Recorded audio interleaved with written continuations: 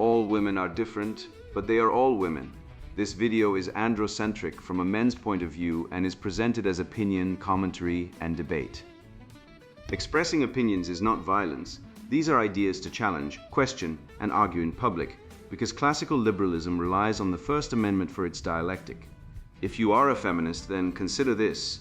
If patriarchy truly existed as claimed, feminism could not. And if all men are trash and women are equal to men, then what are we to conclude? Women will die for their children. Men will die for their wives and children. And God chose to die for all mankind. Authority rolls up with responsibility. If this framing of facts offends you, click off to a cute cat video. Proceeding further will expose you to gamma bias and criticism directed at ideas, claims, institutions, not at any individual's virtue or dignity. Our method follows the 7 liberal arts, the trivium, grammar, logic, rhetoric, and the quadrivium, arithmetic, geometry, music, and astronomy. And the transcendentals, the good, true, and beautiful. If this framework is not for you, feel free to exit now. It's no disgrace. Women are wonderful. God bless America. Men are great. Feminismus delendus est. Sons of Adam. Rise of the Patriarchs, written by Conrad Riker. Available now. Links in description. Sons of Adam. A field guide for men who still notice reality. The Pussy Pass Protocol. How female impunity corrodes courts, cuckolds fathers, and collapses Western civilization. You have been drugged, brother. You have been fed a lethal cocktail of sentimental platitudes and cultural Marxism designed to tranquilize your spirit, while the civilization your ancestors built is stripped for parts. You were told that the highest virtue is to be open-minded, a vague and vomiting phrase that usually means being open to your own displacement. You look around and see the wreckage. The courts that treat fatherhood as a financial crime, the universities that treat masculinity as a pathology, and a culture that celebrates the mediocrity of the victim, while spitting on the competence of the builder. This is not an accident. It is the inevitable fruit of a poisonous tree planted by ideologies that deny the fundamental nature of reality. The spell must be broken, and it begins with a syllogism that no amount of feminist gymnastics can vault over. If justice is truly blind, then systematic disparities in sentencing, where women receive sentencing discounts of nearly 63% for identical crimes, prove not that women are oppressed, but that the system is gynocentric to its rotting core. Consider the gilded shield of female impunity that protects the cruelest behaviors from scrutiny. We are told to believe all women, an epistemological impossibility that would make Aristotle weep, while the Duluth model presumes your guilt the moment an officer knocks on your door. You have seen the testing dynamic in your own life, perhaps without naming it. The sudden public scene she creates to see if your frame fractures, the probe about different cultures to test your loyalty to your own kin, or the gaslighting when you exercise the ancient wisdom of walking away from useless conflict. These are not random emotional outbursts. They are the mechanics of a nature red in tooth and claw, obscured by a conspiracy of lies. We will dissect these pathogens, the revisionist history that denies the West's unique gift of the scientific method and abolitionism, the evolutionary biology of the shit test, and the women are wonderful bias using the scalpel of the trivium. We are here to reclaim the transcendental spirit of the West, to rebuild the mastery ladder, and to hoist the banner of the patriarch not as an apology, but as a duty. The Guild's Shield. How female impunity corrodes civilizational justice. The Athenians, those architectural geniuses of the very concept of citizenship, understood something we have willfully forgotten. When women wield political power without accountability, civilizations crumble. Aristophanes wrote Lysistrata as comedy, a bawdy romp where women withhold sex to stop a war, but read it again with red-pilled eyes, and you will find a horror story masquerading as farce. The women of Athens seize the Acropolis, the treasury, and through organized sexual manipulation, subvert the democratic process entirely. The Athenian spectators laughed because the premise seemed absurd. Within a century, Athens fell. Euripides gave us the Bacchae, that prophetic nightmare where the god of irrational ecstasy unleashes maddened women to tear the king limb from limb with their bare hands. His mother, Agave, parades her son's severed head, believing it a lion's. The Greeks encoded this warning in their art because they understood a truth we have been socially engineered to forget. Female power without masculine constraint does not produce harmony, it produces sparagmos. The ritual dismemberment of civilization itself. Consider the sacrament of reproductive fraud, that holy communion of the gynocentric faith where men are made to worship at the altar of cuckoldry. The American Association of Blood Banks reported that in paternity tests conducted between 1991 and 2001, the alleged father was excluded as the biological parent in approximately 28% of cases. Across Western nations, peer-reviewed studies consistently demonstrate non-paternity rates between 10% and 30% in tested populations. Let that number rot in your mind. 1 in 10 to nearly 1 in 3 men who have been told this is your child are raising the genetic offspring of another man, often while their own bloodline dies with them. But here is the true obscenity. In virtually every Western jurisdiction, a man who discovers his wife's paternity fraud remains legally obligated to support that child financially until adulthood. The courts have decided that the best interests of the child supersede the fundamental right of men not to be defrauded of hundreds of thousands of dollars. If a used car dealer sells you a vehicle with a rolled back odometer, you have legal recourse. If your wife sells you a child that is not yours, you have a payment plan. This is not a bug in the system. It is the feature of a legal architecture designed to externalize female reproductive costs onto whichever male can be roped into liability. The evolutionary psychologist Alice Eagley and her colleague Amanda Mader published research in 2003 that should have shattered the oppression narrative forever. Their meta-analysis revealed what they called the women are wonderful effect. Both men and women demonstrate automatic in-group bias toward women, evaluating them more favorably than men across virtually every measured dimension. This is not social conditioning, this is deep evolutionary programming. For the vast majority of human evolutionary history, access to reproductive capacity was the rate-limiting factor in tribal survival. Those tribes that failed to protect and privilege women simply ceased to exist. We are the descendants of those who worship the feminine at the cellular level. This in-group bias manifests in jury selection, where female defendants receive systematically more lenient verdicts, in hiring processes where identically qualified female candidates are rated higher, and in every courtroom in the Western world where the presumption of female innocence operates as a gravitational constant. The halitosis of gynocentrism permeates every proceeding. When a woman accuses, the accused is presumed guilty until he can prove a negative. Nowhere is this more evident than in the campus tribunal industry, that grotesque mockery of jurisprudence erected across American universities under Title IX's poison interpretation. The standard of proof in these star chambers is preponderance of evidence, a mere 50,001% likelihood that the accusation is true. This is the standard by which civilizations destroy their own sons. Consider the syllogism. Due process requires the presumption of innocence. The preponderance standard reduces proof to a coin flip applied to he said, she said testimony, with zero physical evidence. Therefore, campus tribunals are not judicial proceedings, but inquisitional rituals of sacrifice. I have read the case files. I have seen the young men expelled on the basis of an accusation alone. Their transcripts branded with the scarlet letter of sexual misconduct. Their lives derailed before they had truly begun, only to be exonerated years later by actual courts when actual evidence was finally weighed. The damage, of course, is irreversible. That is precisely the point. The divorce industrial complex operates as a wealth transfer mechanism so efficient it would make the IRS blush with envy. When a marriage dissolves, the family court does not ask what is just. It asks, how can we maximize the extraction of resources from the higher earning spouse and redirect them to the lower earning spouse, regardless of conduct, regardless of fault, regardless of the children's actual interests. In contested custody cases, mothers receive primary custody approximately 91% of the time. Let us be clear about what this means. A father who has committed no crime, who has provided for his family, who has loved his children, can be reduced to a visitor in their lives by judicial fiat, and then compelled at gunpoint to fund the household from which he has been exiled.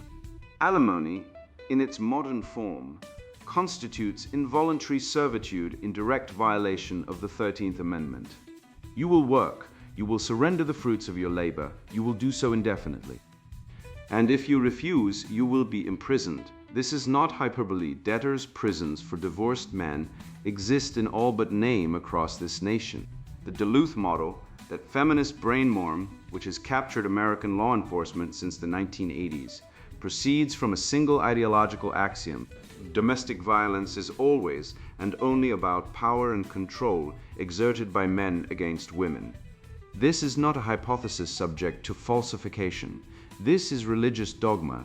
The model mandates arrest policies that presume male guilt, requiring officers to arrest the primary aggressor based on relative size and strength rather than actual conduct. Here is the devastating irony. The CDC's National Intimate Partner and Sexual Violence Survey has repeatedly demonstrated that women initiate physical aggression against intimate partners at rates equal to or exceeding men. The data could not be clearer. The policy could not be more disconnected from the data. When researchers Murray Strauss and Richard Gels published findings contradicting the feminist narrative, they faced campaigns of professional destruction so vicious that Strauss himself described it as a barrage of criticism and misrepresentation. The truth was not permitted to contradict the theology. The false allegation epidemic is not a myth. It is a documented, quantifiable phenomenon with victims numbering in the thousands. Professor Eugene Kanine's rigorous 9-year study of a Midwestern police department found that 41% of rape allegations were officially recanted, with the false accusers admitting fabrication, but only after investigation confronted them with evidence of their deceit. The FBI's DNA exoneration data reveals that in approximately 25% of wrongful conviction cases overturned by DNA evidence, the original conviction rested on false accusation or misidentification. The University of Virginia Rolling Stone fabrication, the Duplacross witch hunt, these are not anomalies, they are templates. The media-fueled rush to judgment pathology operates on a simple formula. Accusation equals conviction in the court of public opinion, and exoneration, when it finally arrives, receives 1/10 the coverage. The epistemological violation embedded in believe all women should be obvious to anyone who passed Logic 101, truth claims require evidence. Categorical belief in an identity group rather than evaluation of specific claims abolishes the very concept of truth. Therefore, believe all women is not a moral imperative, but an epistemic suicide pact. The Department of Justice's own data exposes the sentencing chasm with devastating clarity. Women receive sentences approximately 63% shorter than men for identical crimes. Construct the syllogism: justice requires equal treatment under law. Systematic outcome disparities persist across all crime categories, controlling for all variables. Therefore, the legal system grants institutional privilege to women, not oppression. This is not the patriarchy backfiring. This is the matriarchal substrate of civilization, revealing itself in the only place it can be measured: outcomes. The courts are not biased against women.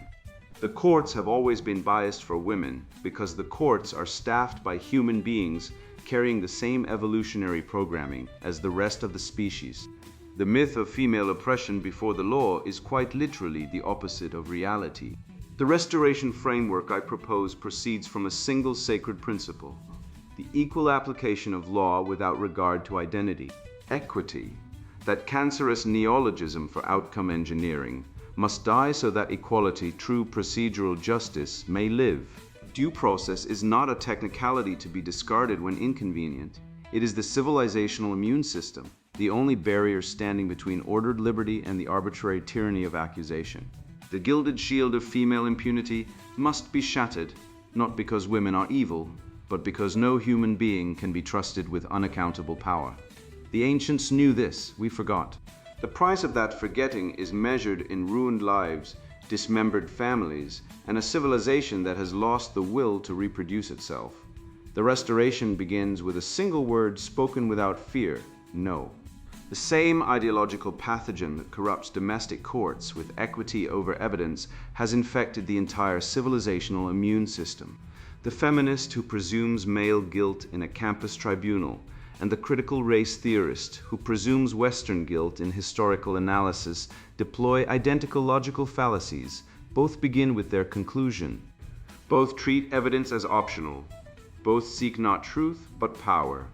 Having dismantled the gynocentric legal architecture that betrays men in their own homes, we must now confront the broader assault, the systematic denigration of the very civilization that established justice as an ideal worth pursuing. What follows is not mere historical correction, but civilizational self-defense. The Pillars of Fire: Why Western Achievement Terrifies the Cultural Marxist. The Royal Navy's West Africa Squadron deployed in 1808 with a singular mission: hunt slave ships, liberate their human cargo, and strangle the Atlantic slave trade at its source. Over 60 years, this British naval force captured 1,600 slave vessels and freed 150,000 Africans from bondage. The cost in blood and treasure was staggering. Sailors died of tropical disease. Naval engagements claimed lives, and the British Treasury spent millions of pounds equivalent to billions today. No other civilization in human history has ever mobilized its military might to abolish slavery practiced by others, yet your university-educated daughter returns home spouting critical race theory, informing you that Western civilization is uniquely evil for inventing slavery, a practice every single civilization on Earth practiced since before the Code of Hammurabi. The projection is not merely dishonest, it is a logical category error of civilizational proportions. The revisionist historian claims the West invented slavery. The factual record demonstrates the West abolished it. Both propositions cannot be true. The revisionist relies on your ignorance, the record relies on evidence. Consider the syllogism that destroys the cultural Marxist thesis. Every major civilization practiced slavery throughout recorded history. The West alone among civilizations mobilized military and economic resources to abolish slavery globally.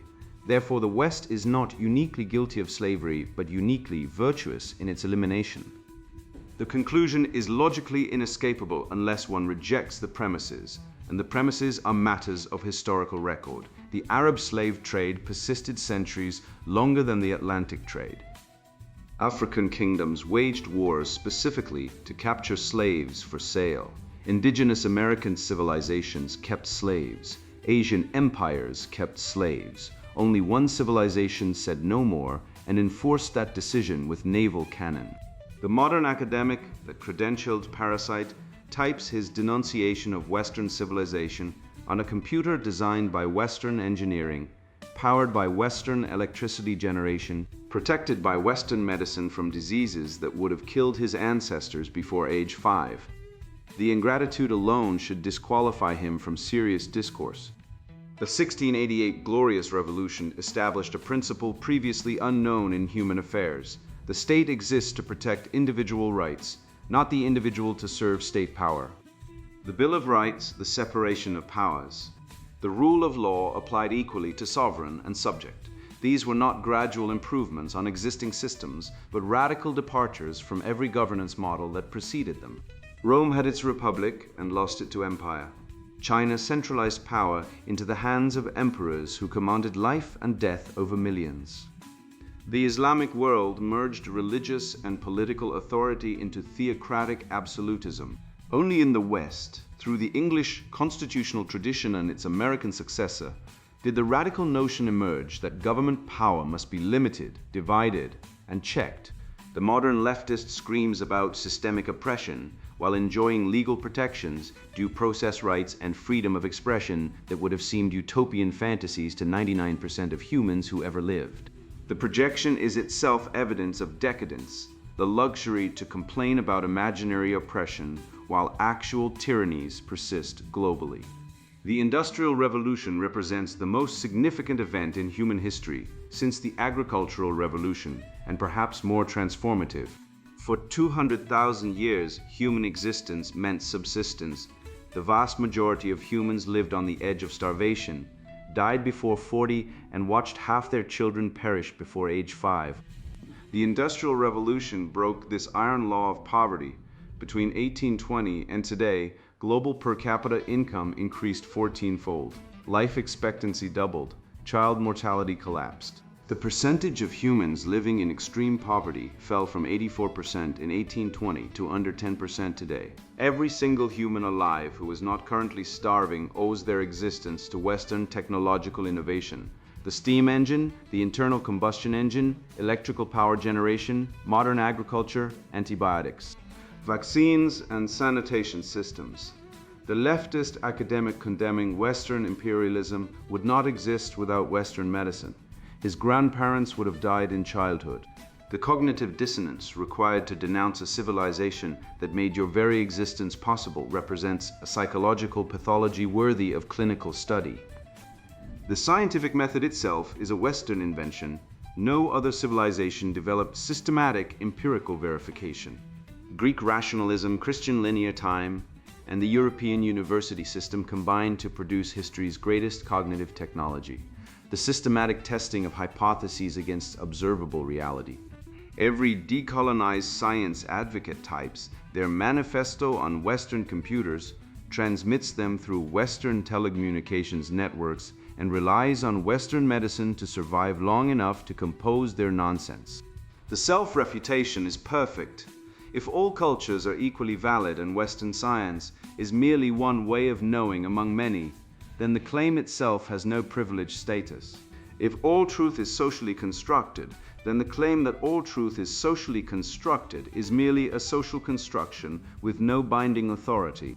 The postmodern thesis eats itself like the Ouroboros, destroying its own foundation in the act of assertion. The Frankfurt School's critical theory represents an intellectual cancer that cannot build, only destroy. Their explicit project, apply Marxist analysis to culture rather than economics, undermine Western confidence through relentless criticism, and clear the ground for revolutionary transformation. 60 years of this poison has seeped through every institution, the universities, the media, the corporate HR department, the elementary school classroom. Yet the critical theorist cannot answer the simplest question: what do you propose to build? Criticism is easy. Construction requires competence. The academic who has never managed a business, never built a structure, never created anything of value presumes to tear down the civilization that provides his comfortable sinecure. His envy masquerades as justice. His resentment poses as morality. He is the eternal gamma male, the mediocrity who cannot compete on merit, and so must destroy the standards by which merit is judged. Consider the comparative civilizational data on every metric of human welfare: food security, clean water access, literacy rates, women's rights, religious freedom, political participation, economic mobility, technological access. Western or Western-influenced societies dominate the positive end of every distribution. The societies the leftist claims to champion through multicultural relativism score worst on every measure of human flourishing. If the leftist truly cared about human welfare, he would advocate for more Western influence, not less. His actual priority reveals itself through his actions, the destruction of the West, not the elevation of the non-West. The pretended concern for the oppressed is moral camouflage for the hatred of the competent. The transmission obligation falls to you, man of the West. You inherited a civilization built by ancestors who sacrificed, struggled, and died to bequeath you freedoms unprecedented in human experience. You did not earn this inheritance. You received it as a trust. The proper response to unearned gifts is not guilt, but gratitude, and gratitude expresses itself through stewardship. You protect what you inherited, improve it where possible, and pass it enhanced to your sons. The leftist wants you to feel shame for crimes you never committed. The appropriate response is pride in achievements you inherited and responsibility to preserve them. The Marxist betrays his envy through his demands. You demonstrate your virtue through your defense of what is good, true, and beautiful. But do not mistake this for mere abstractions floating in the ether of philosophical discourse. This is live ammunition warfare disguised as dinner conversation, a tactical assault wrapped in the soft velvet of feminine whimsy. The shit test is the delivery system for this conquest, the casus belli of the sexual marketplace, and it arrives in 1,000 camouflaged forms. The provocative question about your past lovers, the sudden mood swing in a crowded restaurant, the performative outrage designed to make you cringe and capitulate. These are not random emotional spasms. They are calibrational probes evolved over millennia to separate the genetically fit from the poseurs, the wheat of masculine competence from the chaff of performative allyship.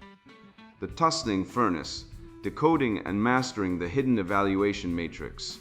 The battlefield of the sexual marketplace is governed by the iron laws of frame control, a concept the ancients understood as rhetoricae, but which modern man, castrated by a culture of consent forms and sensitivity training, has forgotten entirely. Frame is not merely a psychological trick. It is the metaphysical boundary of your sovereignty, the operational definition of your reality.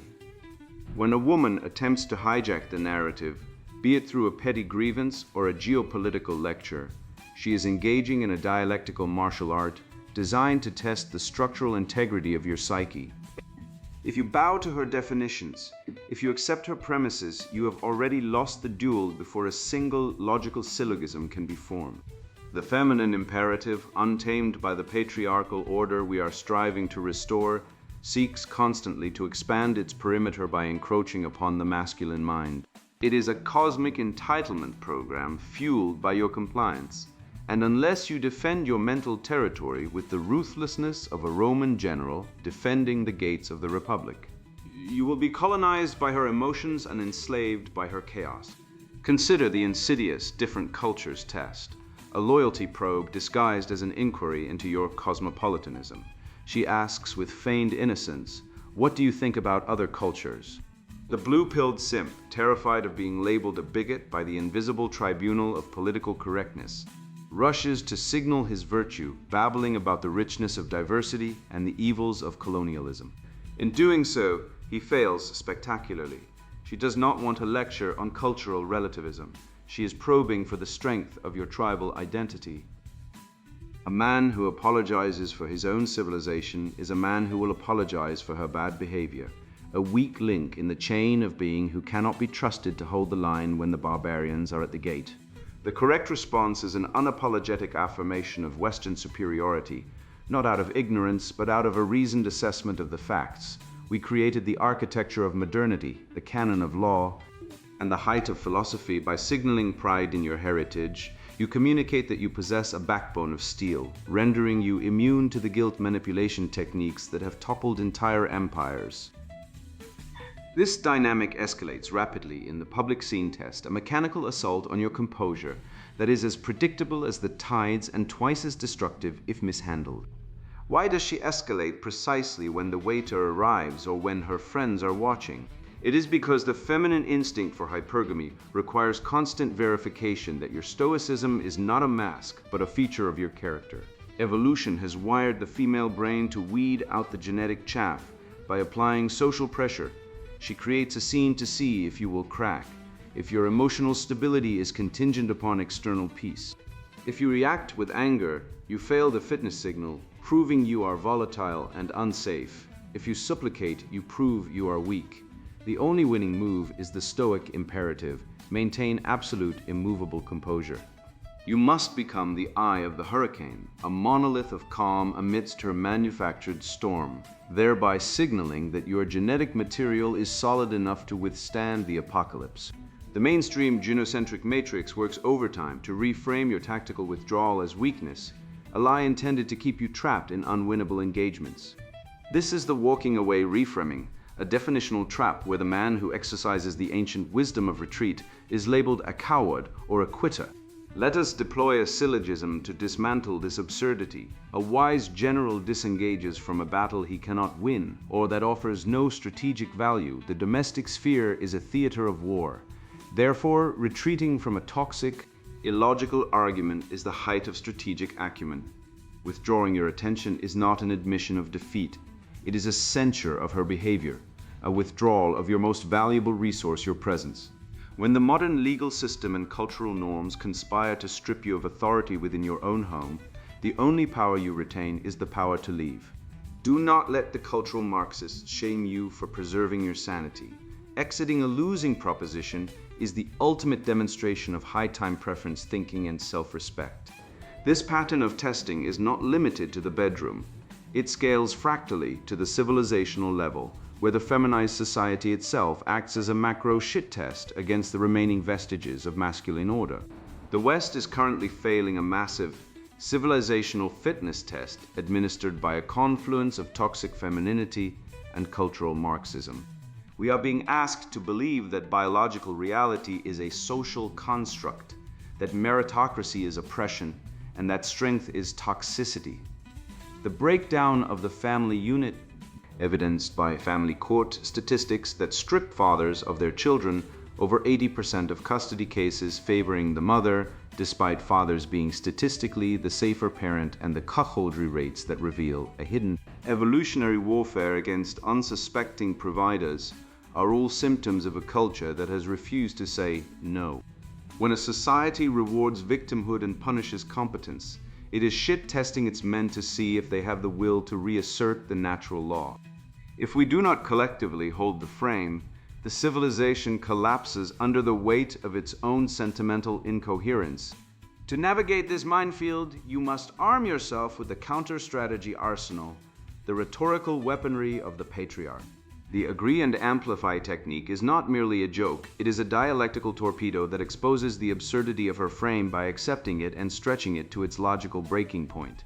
When she issues a ridiculous accusation, you do not defend yourself. Defense is for the guilty. You agree with such exaggerated enthusiasm that her argument collapses into farce. Similarly, flip the script, turns the lens of scrutiny back onto her motives, exposing the manipulative engine purring beneath her words. These are not parlor tricks, they are applications of the trivium, specifically the art of rhetoric, used to dismantle the emotional terrorism that passes for modern communication. You must be willing to engage with the ferocity of a logician and the wit of a satirist, dismantling the lies of feminism and Marxism with the sheer blunt force of reality. Ultimately, understanding the evolutionary logic of testing is the key to unlocking your freedom from the spell of ignorance. Women test men because evolution does not care about your feelings. It cares about the survival of the offspring. Ovulatory cycle research confirms what Schopenhauer hinted at. Women are wired to seek different traits at different times, and your ability to pass these tests signals that you possess the genetic fitness to protect them.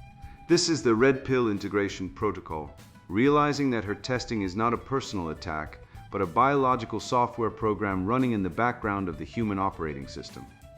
You are being evaluated for your capacity to be a patriarch, a guardian of the good, the true, and the beautiful.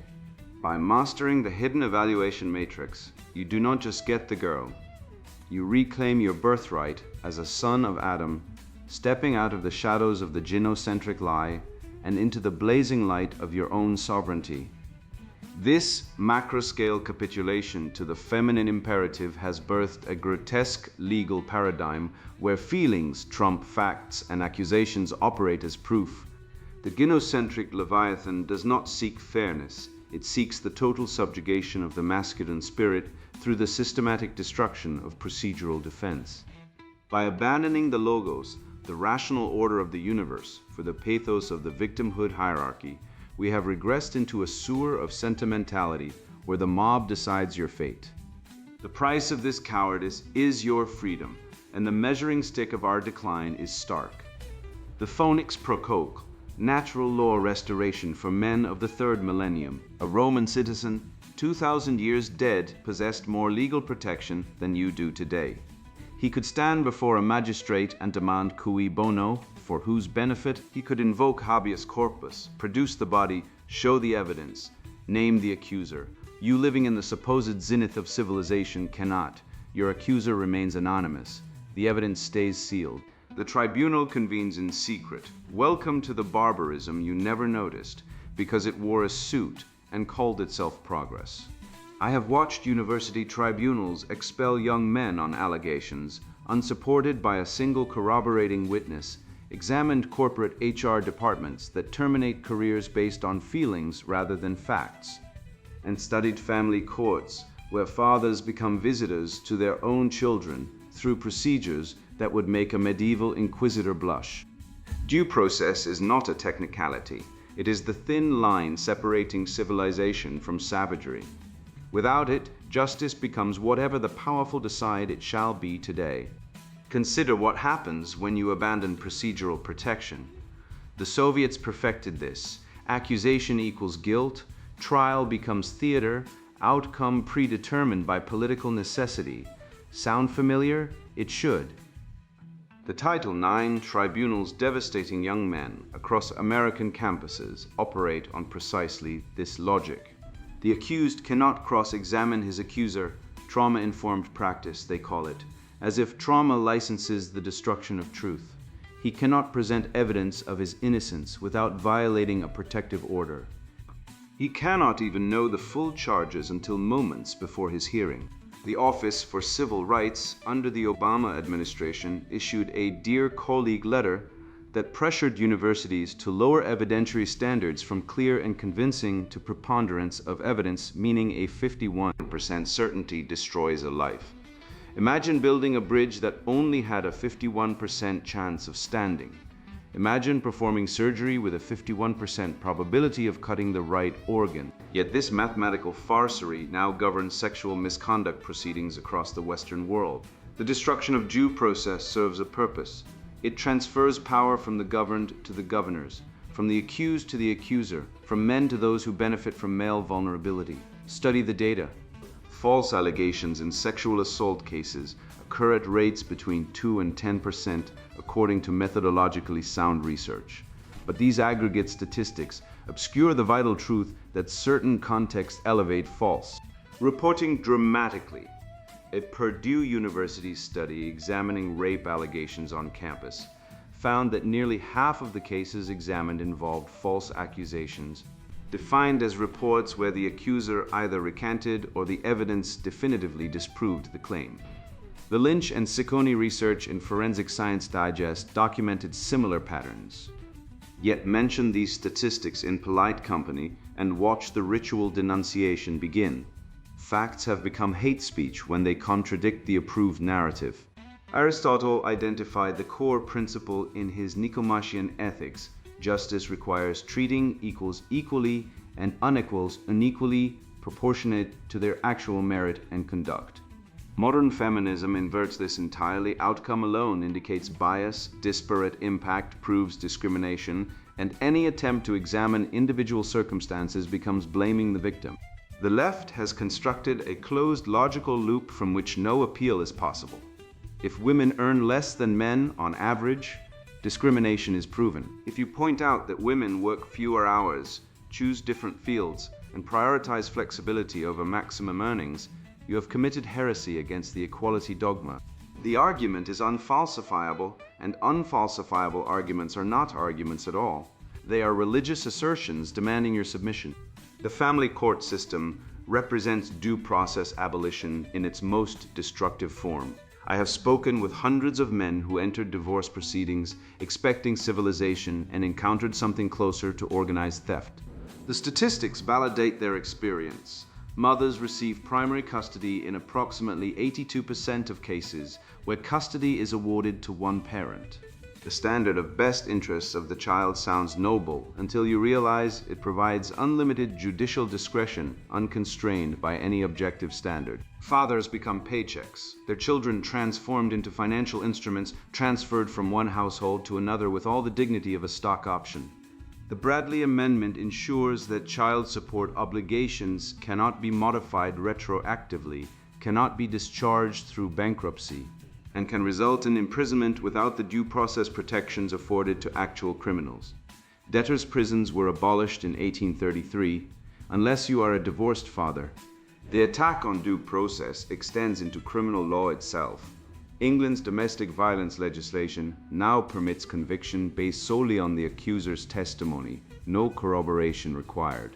Canada's consent laws have evolved to the point where a man can be convicted of sexual assault for failing to obtain continuous affirmative permission during intimate activity, placing the burden of proving innocence on the accused rather than guilt on the accuser.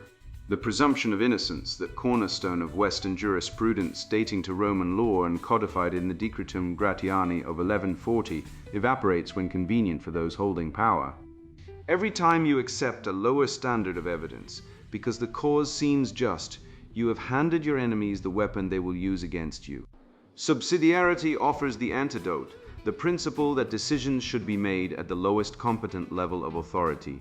The Catholic Church articulated this most clearly in Quadragesimo Anno, but the concept spans Western political thought from Aristotle through the Founding Fathers. The family governs itself. The community handles local disputes. The region manages regional affairs. The central authority handles only those matters genuinely requiring centralized coordination. This is not merely efficient, it is moral. Human beings flourish when they possess agency over their own lives. Every decision transferred upward to some distant bureaucracy represents a small theft of human dignity. The intermediate institutions protecting subsidiarity have been systematically dismantled: trade guilds, fraternal organizations, religious confraternities, neighborhood associations, voluntary societies of every description. The social capital that Tocqueville identified as uniquely American has been attacked from both directions simultaneously. The left destroys them because they compete with state power. Corporate capitalism destroys them because they impede market efficiency. The result is the isolated individual facing the concentrated power of government and corporation alone, without the buffer that civil society once provided. Men particularly suffer from this destruction, as male social bonds historically formed through these voluntary associations. The apprenticeship model offers a way to restore what has disappeared. Medieval guilds went far beyond training craftsmen. They built hierarchies of competence, conveyed accumulated knowledge across generations, and provided young men with surrogate fathers who invested in their growth. A master took charge of his apprentice's moral formation, not simply his technical skills. The itinerant period enforced mobility, exposure to diverse techniques and perspectives, and eventual demonstration of mastery through the creation of a masterpiece. This constituted credentialism rooted in proven ability rather than purchased certification. Compare this to the modern university system, where a young man spends 4 years accumulating debt to obtain a piece of paper, certifying nothing beyond his willingness to submit to bureaucratic requirements. Employers no longer trust degrees to indicate actual competence. They have learned through bitter experience that graduates often possess neither practical skills nor work ethic. The apprenticeship model worked because it aligned incentives. The master benefited from his apprentice's eventual success. The apprentice benefited from genuine knowledge transmission, and society benefited from verified competence. The university industrial complex benefits only itself, producing indebted graduates with credentials that signify nothing beyond compliance. The trivium, grammar, logic, rhetoric, provided the intellectual foundation for this entire civilizational structure. Grammar teaches the structure of language, the categories and relationships through which thought becomes possible. Logic teaches the rules of valid inference, the detection of fallacy, the construction of sound argument. Rhetoric teaches the persuasive presentation of truth, the marshalling of emotion and style in service of substance. These are not merely academic subjects, but weapons in the battle against deception and manipulation. Mastery of the trivium immunizes you against the linguistic tricks and logical sleights of hand that characterize leftist argument. Consider how often modern discourse relies on equivocation, the use of the same word with different meanings in different parts of an argument. Equality can mean equality before the law, equality of opportunity, or equality of outcome. The leftist slips between these meanings as convenient, demanding equality before the law while actually pursuing equality of outcome. Violence traditionally meant physical force causing bodily harm. Now it encompasses hate speech, microaggressions, systemic discrimination, expanding the definition until virtually anything can be punished as violence, while actual violence gets rebranded as peaceful protest. Racism once required individual animus toward members of another race. Now it means any statistical disparity between racial groups, any acknowledgement of group differences, any resistance to the agenda of those who profit from racial grievance. When you control the definitions, you control the debate. The Socratic method provides the counter-weapon. When someone asserts a leftist claim, do not counter-assert. Instead, ask questions that expose the logical foundations of their position. What do you mean by that term? How would we test whether your claim is true? What evidence would convince you that you are wrong? If they cannot answer these questions, they do not hold a position. They have been captured by one. Most people advancing leftist arguments have never examined their assumptions. They absorb slogans through social contagion and repeat them as though thinking. Your goal is not to win the argument, but to force them to think for perhaps the first time in their lives. The mixed constitution, the balance of monarchic, aristocratic, and democratic elements, offers the political framework within which natural law restoration becomes possible. Pure democracy degenerates into mob rule, the tyranny of the majority over the minority. Pure aristocracy degenerates into oligarchy, the exploitation of the many by the few. Pure monarchy degenerates into tyranny, the rule of one man's appetites against everyone's interests. The American founders understood this, constructing a system designed to harness the virtues of each element while checking its vices. The executive provides decisive action, the Senate provides deliberative wisdom. The House provides democratic accountability. The judiciary provides interpretation according to law.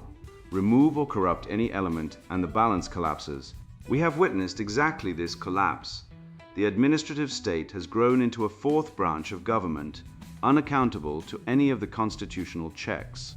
Regulatory agencies write rules carrying the force of law, enforce those rules through their own enforcement arms, and adjudicate violations through their own administrative courts. This violates the separation of powers at the most fundamental level. The same body legislates, prosecutes, and judges. The alphabet agencies, EPA, CDC, FBI, DHS, SEC, FDA operate as quasi-sovereign entities beyond meaningful democratic control. Try to discover who precisely made the decision that destroyed your business or censored your speech. The bureaucracy protects its own through layers of procedural obfuscation that make accountability impossible. This is not malfunction, it is design. The natural law family provides the cellular unit from which all larger social structures grow. A man and woman joined in permanent union, raising their biological children together, transmitting accumulated wisdom and resources across generations. This pattern appears across every successful civilization, not because of arbitrary patriarchal imposition, but because it works.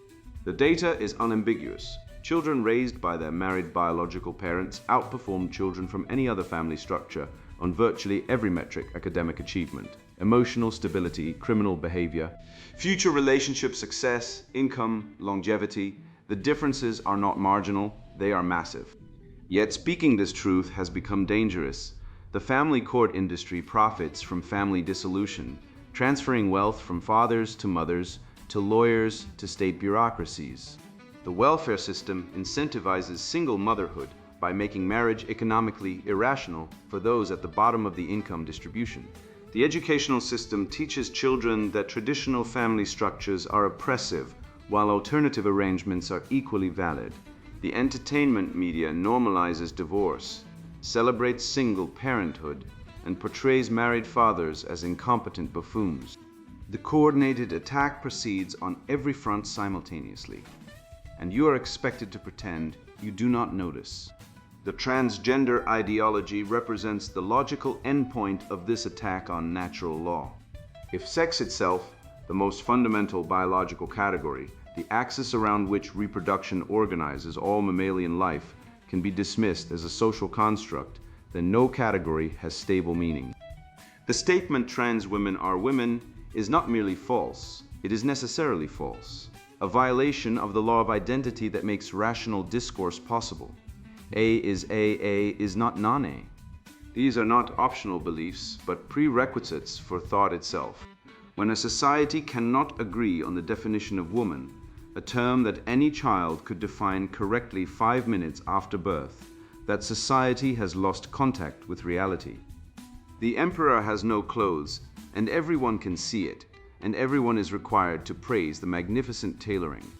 The attack on masculine spaces follows directly from this war on distinction itself. Male-only environments, from the London coffee houses where the insurance industry developed, to the Masonic lodges where bourgeois virtue was cultivated, to the military units where courage was forged, provided settings where men could develop their capabilities without the performative adjustments that mixed company demands. Study after study confirms that single-sex education benefits boys particularly, allowing teaching methods adapted to male learning styles and competition calibrated to male psychology. Yet these spaces have been systematically invaded and destroyed in the name of inclusion. The Village Voice never demanded entry to the Junior League. The Boy Scouts alone had to admit girls, while the Girl Scouts remained exclusively female. The pattern reveals itself across every domain.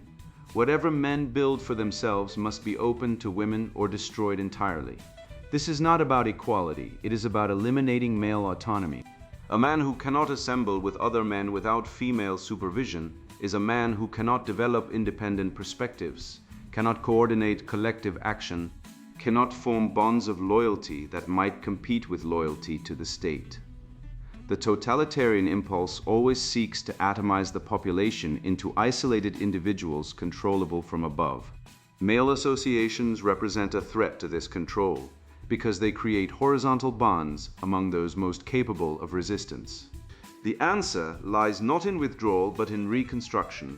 We must construct fresh environments where men can mature, designing frameworks for mentorship and the transfer of skills. Form ranks based on proven ability rather than diplomas or nepotism. Technology now permits the coordination of action beyond authorized channels, the sharing of wisdom beyond institutional grasp, and the verification of talent beyond official credentials. A young male may acquire superior knowledge from selected digital archives than from 4 years of forced indoctrination at a mediocre university. An artisan proves his trade through recorded achievements rather than certified papers. A thinker gathers a following through direct release, bypassing the need for academic sanction. The gatekeepers tremble because they realize their barriers are losing relevance. The methodical progression through the establishments that progressives initiated in the 1960s necessitated forbearance, self-control, and thinking in terms of generations. They seized the universities, followed by the schools, the media, the corporations, and finally the government. Every step consumed decades. Each triumph was solidified prior to the subsequent advance. The restoration demands that same endurance. Your duty is not to win everything at once, but to erect the frameworks empowering your descendants to sustain the battle.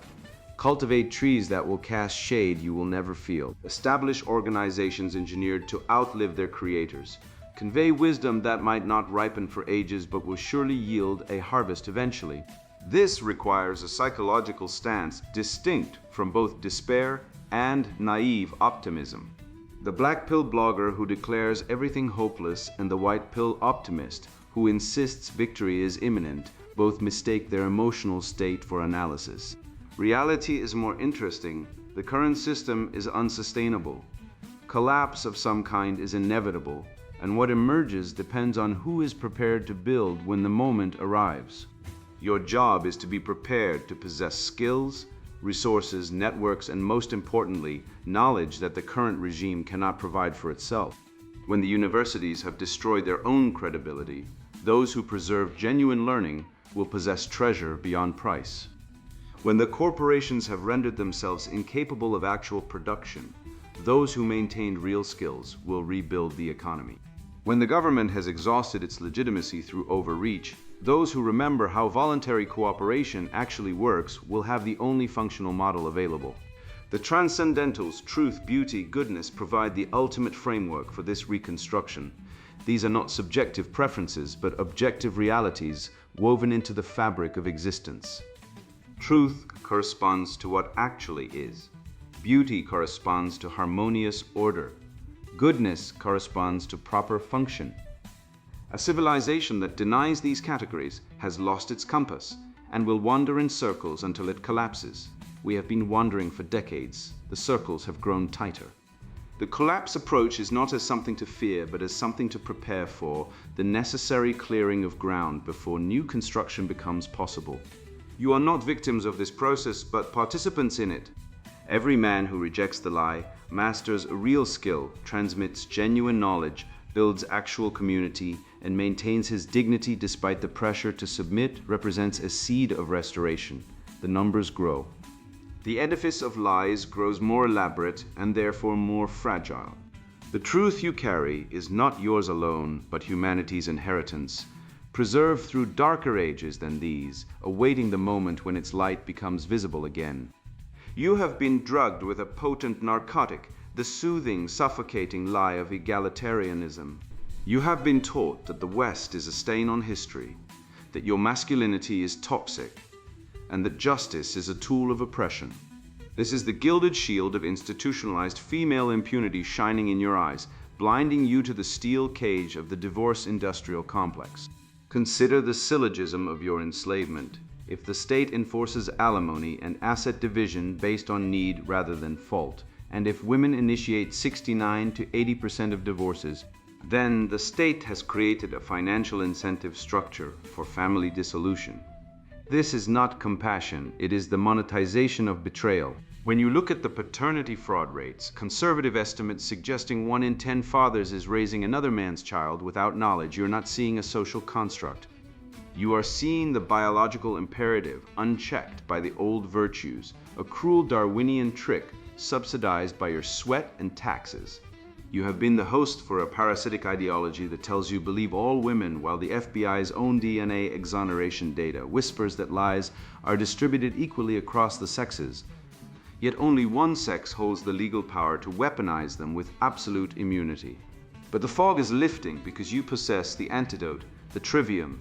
You are now armed with the rhetorical sword to sever the head of the Hydra.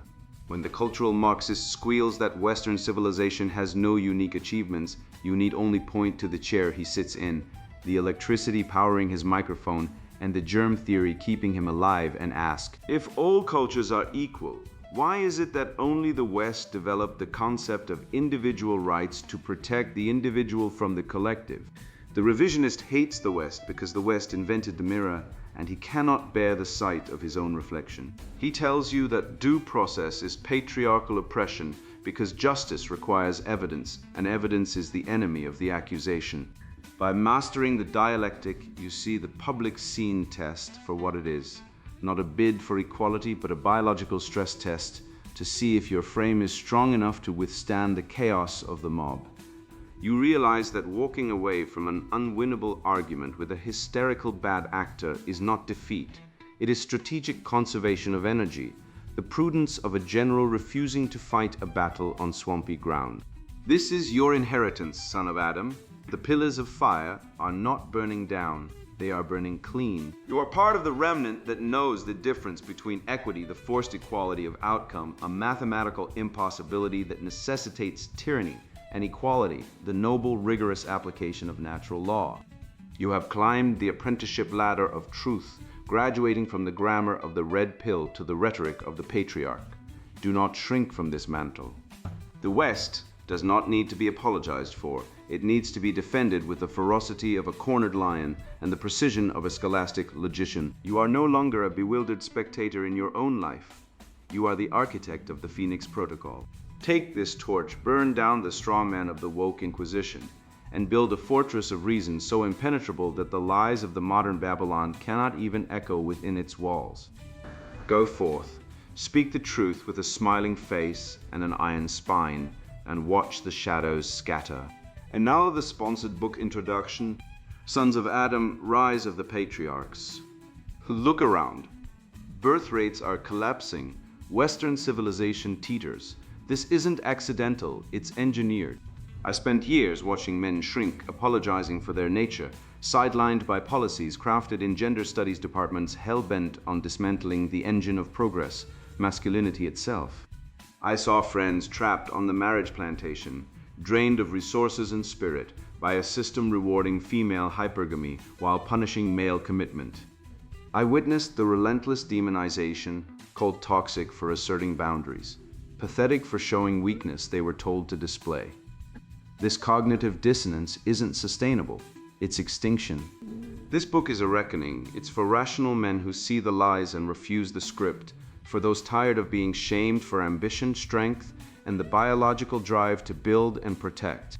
If you're a man seeking truth beyond feminist fairy tales about equality, which biology and history repeatedly prove is a dangerous fantasy, you belong here. If you believe men must lead for societies to thrive, that fatherhood is irreplaceable, and that the war on boys in education demands an immediate counteroffensive, this is your field manual. We tear apart the equality myths peddled by gynocratic institutions in chapters like Feminist Fallacies and Gynocracy's Iron Fist. We expose the brutal reality of sexual economics 101 and the modern slavery of the marriage plantation. We restore sanity with evolutionary truths. They ban and biological imperatives uncanneled, proving why male leadership, why men must steer, isn't preference but necessity for survival. We chart the path out of this demographic winter in reclaiming destiny and heirs of the future. This isn't theory, it's actionable reality based on hard science from evolutionary psychology and biology, not Marxist grievance studies. If you're still clinging to the wreckage of woke ideology, if terms like toxic masculinity or patriarchy trigger you instead of making you laugh at their absurdity, put this book down right now. Go knit a virtue signaling scarf or binge some gender-neutral cartoons. This isn't for the faint of heart or the terminally indoctrinated. It's for men ready to face uncomfortable biological facts, reject the victim narrative, and rebuild. The future belongs to those who create heirs and legacy. Stop apologizing, start leading. Your civilization depends on it. Sons of Adam, Rise of the Patriarchs, written by Conrad Riker.